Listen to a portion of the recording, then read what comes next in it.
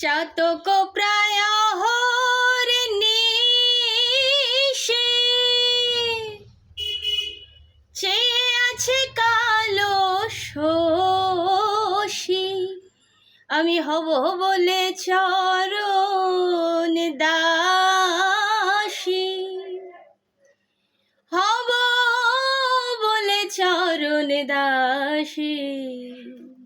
ওটা হয় না কপাল গুনে,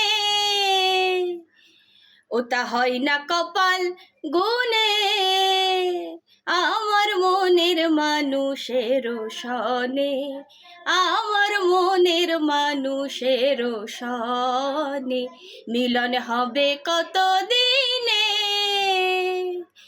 মিলন হবে কত দিনে, আমার মনের মানুষের সনে, আমার মনের মানুষের সনে। এই গানটি লালন সাঁইজির বিখ্যাত গান। এই গানটি নিয়ে আমার নিজস্ব উপলব্ধির জায়গা থেকে আমি দু চারটে কথা আপনাদের সঙ্গে শেয়ার করছি। মিলন হবে কত দিনে আমার মনের মানুষের সনে।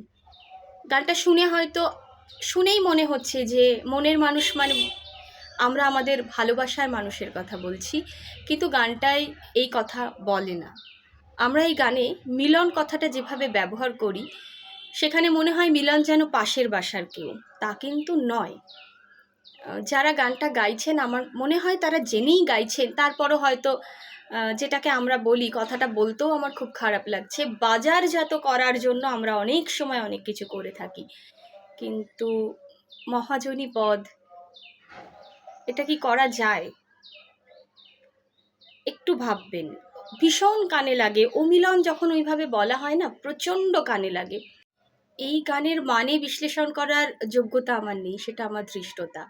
তারপরও যেহেতু লোকসঙ্গীত গাই বড্ড কানে লাগে, তাই জন্য মনে হলো এই কথাটা একটু আপনাদের সঙ্গে শেয়ার করি। যার যার ব্যক্তিগত জায়গা থেকে সবাই তার মতো করে গায়, ঠিক আছে, কিন্তু গানটা অন্তরাত্মা বা আমার ঈশ্বরের কথা বলছে। সেই ঈশ্বরের কথা যখন আমরা বলি, আমরা এরকমভাবে বলি, এই ঈশ্বর শোনো, এরকম কি আমরা বলবো? বলবো না তো। তাহলে অমিলন মানে বিষয়টা কীরকম হচ্ছে যে পাশের বাসায় কোনো বন্ধু থাকে, তাকে আমরা ডাকছি, এই শোন তো। বিষয়টা তো তা নয়। যদি আমার কথায় কারোর খারাপ লেগে থাকে আমি ক্ষমা চেয়ে নিচ্ছি। তবে আমার মনে হয় যে গান বাজনা শুধু গান বাজনা করব বলে নয়, একটু ভেবে করা উচিত। যখন গানটা আমি গাইছি আমার নিজেরও কিছু দায়িত্ব রয়েছে, দায়িত্বটা থাকা উচিত। এটা সম্পূর্ণ আমার ব্যক্তিগত মতামত, আমি আবারও বলছি। তো যদি খারাপ লাগে তো আমাকে ক্ষমা করে দেবেন। এটুকুই আমার বলার ছিল এই গানটা নিয়ে। সকলে ভীষণ ভালো থাকবেন, গানে গানে থাকবেন, সুরে সুরে থাকবেন, সকলে খুব ভালো থাকবেন।